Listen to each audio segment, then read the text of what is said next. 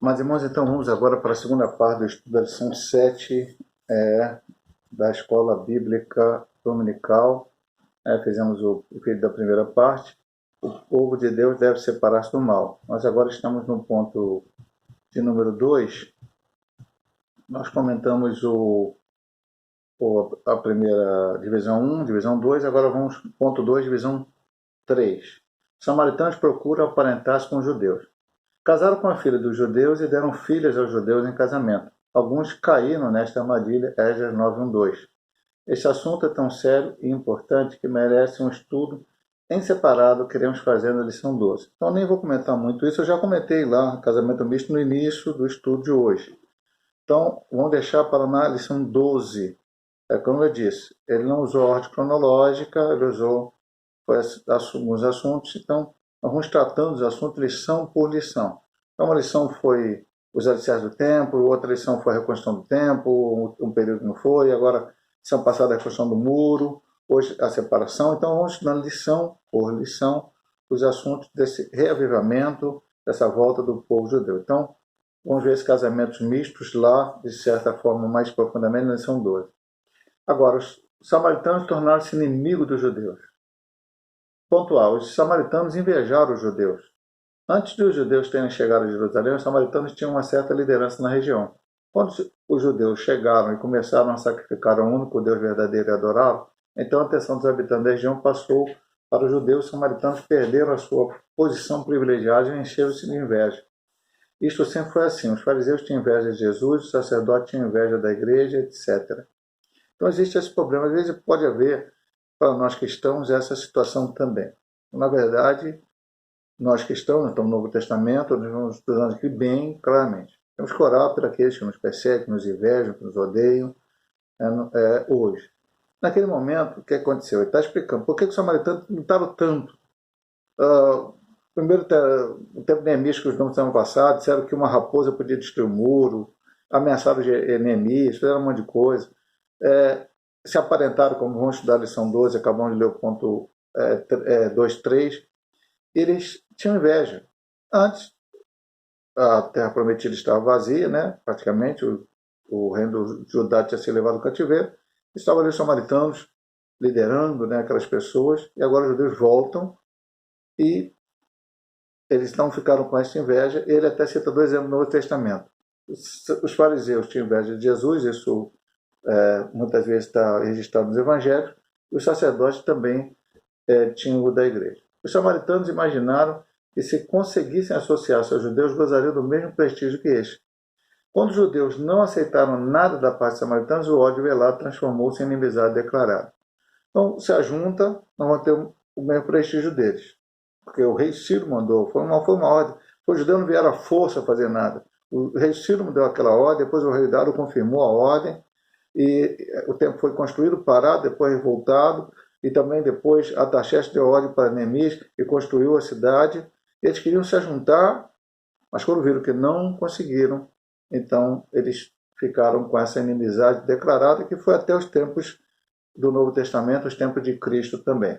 Síntese do tópico 2. Os samaritanos imaginaram que, se conseguissem associar os judeus, gozariam do mesmo prestígio que este. Vamos aqui ao ponto 3. Deus exige santidade do seu povo. Mais uma vez, é um tópico único, né? Tem algumas pequenas divisões, né? Mas apenas pequenas divisões aqui, né? Vamos ver. Em toda a história do povo de Deus, observa-se que ele, para manifestar-se no meio de seu povo, exige plena santidade. Deus espera que seu povo esteja sempre em comunhão com ele, vivendo separado do mal. Então vamos ver essas divisões. 1. Retornando do cativeiro, Israel separou-se do mal. Ele cita aqui 2 Coríntios 6,17, 7,1. Que é aquele texto lá que nós lemos lá, sai do meio do povo. Eu vou até ler aqui, que é o texto, acho que é o texto básico, né? Pelo que sai do meio deles, e apartai-vos, diz o Senhor, não toqueis nada imundo, e eu vos receberei. É uma citação de um texto também do Antigo Testamento. Por isso a bênção de Deus os acompanhou. Eles conseguiram concluir a construção do templo e reconheceram que Deus fizera esta obra. Neemias 6,16. Então, separar-se do mal. Vem a bênção de Deus, e eles ainda reconheceram que eles não tinham força para fazer aquilo que fizeram, mas Deus foi com eles. 2. Quando Josué se preparou para passar o Jordão, ele disse ao povo: santificai-vos hoje, porque amanhã fará o Senhor maravilhas no meio de vós. Josué vinha com aquela incumbência tão grande, que era substituir Moisés, e agora levar aquele povo a entrar na terra prometida e também vencer as batalhas e ganhar daqueles povos para tomar posse. Mas o primeiro obstáculo era o Jordão, tinham que passar pelo Jordão. E a ordem dele foi para eles: santificados hoje. Eles vinham do deserto, certamente muitas coisas estavam juntamente com eles, e agora é necessário largar tudo aquilo para que pudessem passar o Jordão e entrar na terra prometida. Na verdade, meu amado irmão, nós estamos aqui caminhando, mas não só vamos chegar ao céu, somente vamos receber a vida eterna, se nós deixarmos tudo aquilo que pode nos atrapalhar no meio do caminho. Santificai-vos hoje, amanhã o Senhor fará maravilha no meio de vós, e o Senhor abriu aquele Jordão e eles passaram a entrar na terra prometida. O anjo do Senhor visita o acampamento de Arita, 3, antes de iniciar a conquista de Canaã. Josué recebeu a visita de um anjo. Josué então lhe perguntou: que diz meu senhor ao seu servo? E a resposta que recebeu foi: descalça o sapato de teus pés, porque o lugar que estás é santo. Antes da batalha de Jericó, Josué tem um anjo aparece a ele, talvez até uma epifania, a presença do nosso Senhor Jesus Cristo. Antes ele falou que a gente ficou cumprindo os exércitos do Senhor. Ele disse: você é dos nossos ou do inimigo? Ele falou: não, eu sou o príncipe do exército do Senhor, e descalço os teus pés, porque esse lugar é santo. Parecendo lá como você com Moisés diante da sarça: o Senhor tira a sandália dos teus pés para esse lugar santo. E é santo por quê? Pela presença do Senhor. Deus está no meio daquele arraial. Deus está no meio do seu povo. Então, por isso, temos que santificar a nossa vida, porque o nosso Deus é santo. 4. Israel é derrotado pela pequena cidade de Ai. E aí já depois, Quando Josué, com o rosto em terra, perguntou ao Senhor e por que daquela derrota, o Senhor respondeu: santificai-vos para amanhã. Josué 7, 11 e 13. Anátema no meio de vós, Israel, diante dos vossos inimigos, não podereis suster-vos até que tireis o anátema do meio de vós. O pecado descoberto foi desarragado, então disse a Josué: levanta-te sobre a Ai, olha que te tem dado tua mão o rei de Ai, seu povo, a sua cidade e a sua terra. Deus existe santificação do seu povo para poder operar no meio dele. Meu irmão, eu vou até pegar esse exemplo aqui de Ai, e na verdade o exemplo anterior de Jericó, por que eles perderam para Ai, foi uma situação que aconteceu em Jericó. Quando eu digo você, nós, servos de Deus, não temos que ficar discutindo por que Deus age de uma maneira, por que Deus nos exige alguma coisa, porque Deus tem a sua lei da forma que ele tem. Quando foi lutar contra Jericó, Deus disse só: tudo que tiver na cidade é maldição para vocês. Não peguem nada. Não peguem nada. E foram para a luta, lutaram, venceram Jericó e tal, voltaram. Foram lá pesquisar Ai, era a segunda cidade. Uma cidade pequena, não precisa mandar muita gente, não. Aí escolheram lá, acho que se não me engano, 12 mil pessoas, 1.000 de cada tribo, e foram lá para a luta. Quando chegou lá, perderam para Ai. Aí Josué ficou nervoso, ficou preocupado, com toda razão, porque agora eles entraram na Terra Prometida e perderam para uma cidade pequena. Imagina o resto do povo: você vai vir agora, vai derrotar, a gente vai morrer aqui. Então ele foi, buscou o Senhor, o Senhor falou assim: por que você está perguntando a mim? Existe um anátema, existe um pecado no meio do povo. E aí ele mandou santificar para que no dia seguinte mostrasse, e aí foram tirando sorte, daquela maneira como era feito naqueles dias, e foi caindo cada tribo, cada família, até chegar a Cã.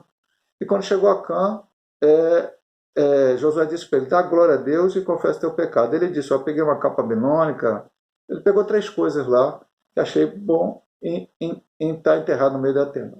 Aí mandou alguém lá ver, era verdade, e acabou sendo apedrejado ele e toda a sua família. A maldição foi tirada e eles venceram a Ai. Quando foi lutar contra a Ai, outra cidade, eu falei: agora você pode pegar os despojos. Jericó não podia, mas na outra luta podia. Eu vou ficar discutindo com Deus porque não pode, ou porque pode, porque agora pode, porque não pode, porque é assim, porque é assado. Eu tenho que fazer a vontade do Senhor.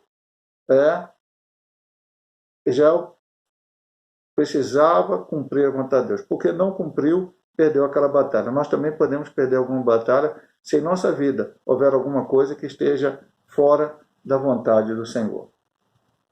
Como ele diz aqui, né? Vamos ler aqui, o símbolo do bloco 3 que acabamos de estudar. Deus espera que seu povo esteja sempre em comunhão com ele, vivendo separado do mal. E o finalzinho desse ponto aqui, Deus exige santificação do seu povo para poder operar no meio dele. E vamos para o último ponto, que é o 4, devemos manter uma vida de separação do mal. É uma lição que fala muito sobre santificação. Temos que guardar isso na nossa mente, somente hoje no século XXI. Os judeus mantiveram-se separados dos samaritanos. Se os judeus tivessem aberto a porta de uma união com os samaritanos, eles provavelmente teriam mostrado afáveis pacíficos no início, mas teriam perturbado a união que havia entre os judeus. Teriam participado do culto dos judeus e afastado a presença do Senhor, uma vez que Deus não se une à idolatria. Vale a pena manter a separação comum. Simples assim, meu amado irmão. Se os samaritanos se convertem, se circuncidam, começam a guardar a lei de Israel, nós estamos falando do Antigo Testamento, tudo bem. Deus nunca proibiu que uma pessoa não nascida em Israel, não sendo judeu, pudesse também se converter, passar por todo o rito para entrar na comunidade judaica e participar das festas, da Páscoa, do tabernáculo e tal. Só não podia o fazer se não cumprisse aquilo que não era o caso deles. E, logicamente, adorar somente a Deus. Mas antes eu adorava Dagon lá nos filisteus e agora quero adorar a Jeová, mas quero adorar Dagon também. Não, só pode adorar a Deus. Eu adorava Baal lá e quero adorar Baal. Um dos problemas de Israel, e por eles foram para o cativeiro para o Assírio, foi Acabe, Jezabel, aquilo tudo, adorando Baal. E quando Elias faz nós estamos até na lição passada falando sobre Elias faz o desafio do fogo, e depois mata os sacerdotes de Baal e de Acera, o povo diz, só o Senhor é Deus, só o Senhor é Deus. Eles entrariam em união como houve. Nós vamos estudar na lição 12 que houve casamento misto, houve uma né? Mas vai chegar um momento, a nação deve falar, porque Neemias fala. Não foi só com o samaritano, foi com Adordita, foi com outros povos.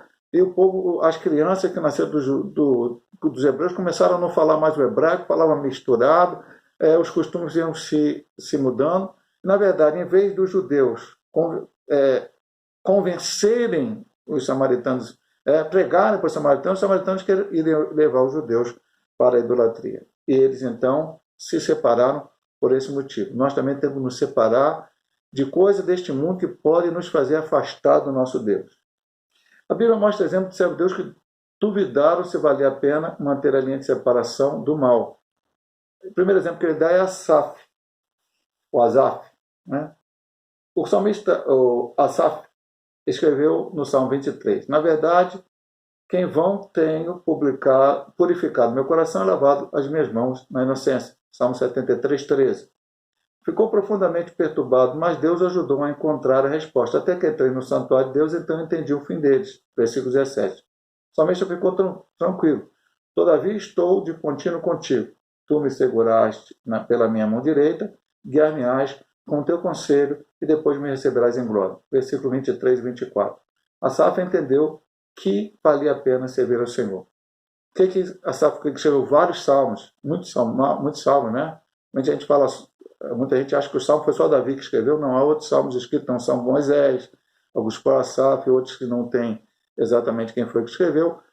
E ele escreveu esse Salmo 73 dizendo que em algum momento seus pés quase resvalaram, porque ele olhou para o ímpio e ele viu. Ele, Asaf, passando por dificuldade, e os ímpios prosperando. E quase que ele se devia pelo Senhor. E hoje no século XXI é assim. Pastor, o ímpio está ali prosperando financeiramente, aquilo outro, e eu estou aqui passando por dificuldade. Ora, irmão, você serve um Deus vivo e verdadeiro. O que Deus prometeu para aqueles que são fiéis ao Senhor só se concretizará na vida daqueles que continuarem fiéis ao Senhor até o fim. Então, se alguém está fora da presença do Senhor e prosperando materialmente, não é nenhuma vantagem sobre você que está na presença do Senhor, mas que porventura está passando por alguma dificuldade na sua vida. Porque você tem o seu nome escrito no livro da vida, você tem as promessas. A Bíblia diz lá em 2 Coríntios 9, que o olho não viu, o ouvido não viu, são as coisas que Deus preparou para nós. Então Deus preparou coisa melhor para você do que qualquer coisa que o ímpio possa ter. E aí, aqui o próprio texto diz, ele entrou no templo e aí viu. Qual é o fim deles? O fim do ímpio sem se converter é o lago de fogo e enxofre, é o inferno, é a perdição eterna. Nada desse mundo ele vai levar. A sua prosperidade, seus bens, as suas coisas. E nós que servimos ao Senhor, também não vamos levar nada de material, mas temos o nosso nome escrito no livro da vida e vamos para a Nova Jerusalém. O segundo ponto é Malaquias. Mas não é o Malaquias, não é que ele pensou assim. Nós vamos ver aqui que eram as pessoas do tempo dele e ele profetizou para elas. Malaquias respondeu aos que diziam ser inútil servir ao Senhor, Malaquias 3,15, dizendo, há um memorial escrito diante dele, para os que temem ao Senhor, para os que se lembram do seu nome, e eles serão meus. Diz o Senhor dos Exércitos naquele dia, que farei? Serão para mim particular tesouro, poupa-los-ei como um homem, poupa seu filho que o serve. Vale a pena servir ao Senhor. Não tem Malaquias. O povo deixou de dar dízimo e o Senhor falou para eles, eu tenho falado para vocês, em que me roubaram. Você pergunta, em que nós roubamos? É nos dízimos, nas ofertas. A gente sabe lá o Malaquias, capítulo 3, versículo 10, trazer todos os dízimos na casa do Senhor.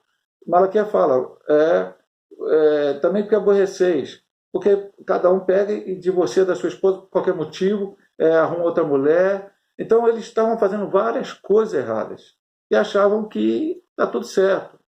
Aí Malaquias disse, não, tem um memorial escrito diante do Senhor, de cada atitude que você faz, aquele que serve a Deus, e ele fala, aqui ele cita, mas ele diz, naquele dia vocês vão ver a diferença do que serve a Deus e o que não serve. Então Malaquias nos chamou a atenção para que eles se convertessem, mudassem a sua atitude. É aquele povo do tempo de Malaquias. Inútil servir ao Senhor. Sabe por que está olhando para o ímpio? Está vendo o ímpio prosperar, o ímpio ter bens materiais. Meu amado irmão, o maior objetivo do crente não é bem material. Deus pode abençoar, aleluia, louvado seja. Temos isso, várias reflexões que pregamos aqui. Pode, não é pecado o crente ser rico, ou ter bens materiais, ou ter uma boa situação financeira. Não é. Não, nunca dissemos e nem vamos dizer isso aqui para você. Mas esse não é o propósito maior na vida do cristão. O propósito maior do cristão é servir ao Senhor. Porque enquanto nós ficarmos preocupados em ficar rico, a gente vai esquecer de fazer a obra de Deus, de fazer a vontade do Senhor. Muitas vezes isso acontece na vida de muitas pessoas. Ou então o crente olha para o ímpio e vê o ímpio prosperando e começa a ter inveja, outras situações, e aí acaba fraquejando espiritualmente. E agora vamos para o ponto 3, 4.3, né? Devemos viver conforme a vontade do Senhor. Muito importante esse ponto. Para que no tempo que vos resta na carne não vivais mais segundo as concupiscências dos homens, mas segundo a vontade de Deus. 1 Pedro 4,2. Qual seria a vontade de Deus para conosco? A Bíblia diz, esta é a vontade de Deus, a vossa santificação. 1 Tessalonicenses 4,3. Já observamos que santificação significa uma vida que se abstém das coisas que não agradam a Deus, conforme a palavra. Apartai-vos, diz o Senhor, não toqueis nada imundo. Texto áureo, 2 Coríntios 6,17. E aperfeiçoando a vossa santificação no temor de Deus, 2 Coríntios 7,1. Devemos sempre muito desejar de ser agradável, 2 Coríntios 5,9, andando dignamente diante do Senhor, agradando-lhe em tudo, Colossenses 1,11. Guardando seus mandamentos e fazendo o que é agradável à sua vista, 1 João 3,22. Então, o que eu tenho que fazer nesta vida? O que como cristão eu tenho que fazer? Buscar a vontade de Deus para a minha vida. Mas a vontade de Deus vai ser sempre agradável a mim, vai ser aquilo que eu sonhei, aquilo que eu projetei, aquilo que eu pensei, aquilo que eu planejei. Muitas vezes não, meu amado irmão. O coração do homem pode fazer plano, mas a resposta certa vem do lado do Senhor. A maioria dos homens de Deus na Bíblia Sagrada pagaram um preço caríssimo para poder fazer a vontade de Deus. Abraão teve que sair do meio da sua terra, da sua parentela. Provavelmente nunca mais viu diversos parentes dele.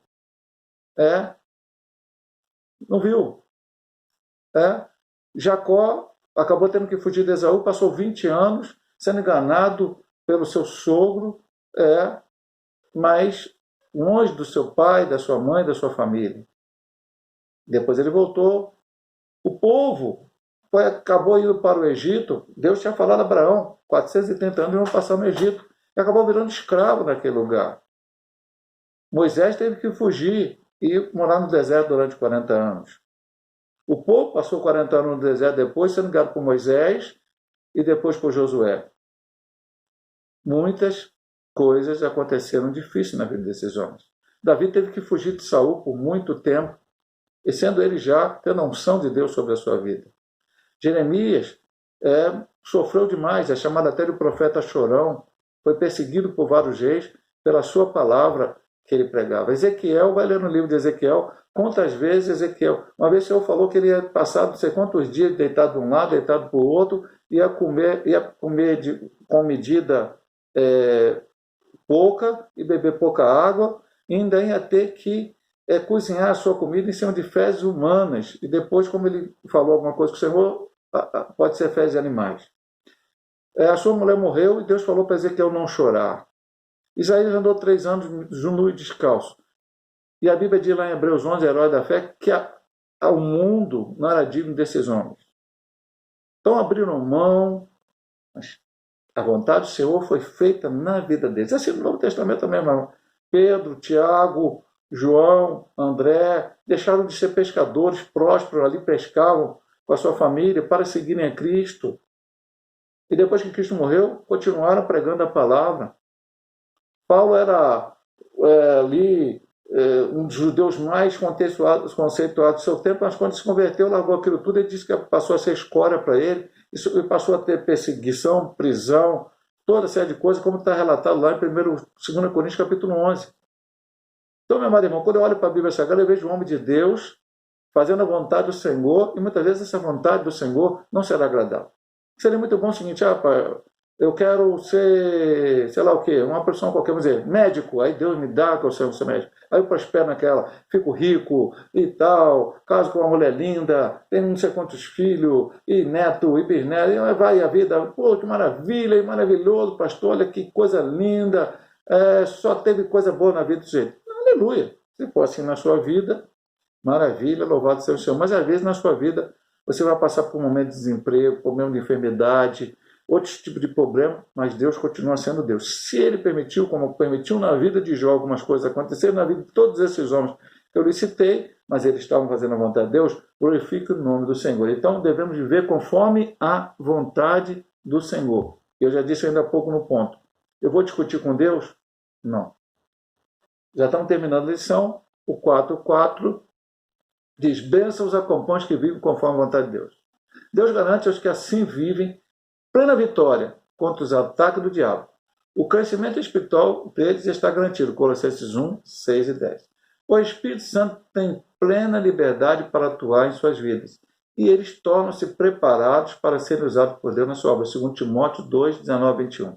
E acima de tudo, aqueles que vivem segundo a vontade de Deus estão preparados para o arrebatamento. Aleluia! Vale a pena viver na vontade de Deus. Hebreus 12, 15 Hebreus 12, 15. Primeiro, quem vive na vontade de Deus poderá vencer os ataques do inimigo. Também se tornam preparados para ser usados por Deus. Porque, meu amado irmão, Deus quer usar aqueles que querem obedecer.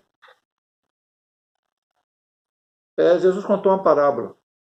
Um filho disse, o pai pediu para um filho, faz isso. O filho falou, não vou fazer. Mas depois se arrependeu e fez. E o outro disse, vou fazer, mas não fez. E aí o Senhor perguntou quem foi que obedeceu, aquele que disse que não ia, mas foi. Mas Deus quer mais do que isso. Deus quer que a gente diga para o Senhor, como Isaías disse. O Senhor disse para Isaías, capítulo 6, a chamada de Isaías, a quem enviarei, quem há de por nós? Ele disse, eis-me aqui, envia-me a mim. E Deus quer que a gente esteja assim. Pastor, ir para ser missionário, para ser pastor? Não. Não importa o que Deus queira que você faça, meu amado irmão. Deus tem um plano na tua vida, um propósito na tua vida, é importante que a vontade dele seja feita. Santifica a tua vida, como a lição de hoje diz. Prepara a tua vida para que Deus possa te usar, para o nome dele ser glorificado, como usou aquele povo pós-cativeiro que se separou das coisas erradas. Deus usou Esdras, Neemias, Zorobabel, Josué, Ageu, Zacarias, Malaquias, ou todos os outros homens de Deus que resolveram. Eram homens sujeitos à mesma paixão que nós, mas cumprir a vontade de Deus nas suas vidas. E terminando aqui, o síntese do tópico 4, devemos andar dignamente diante do Senhor, agradando-lhe em tudo. Deus possa te abençoar através do estudo dessa lição. E continue estudando na sua casa as outras lições e todos os domingos estaremos enviando para os irmãos os vídeos dos estudos correspondentes a cada lição. Que Deus te abençoe em nome de Jesus.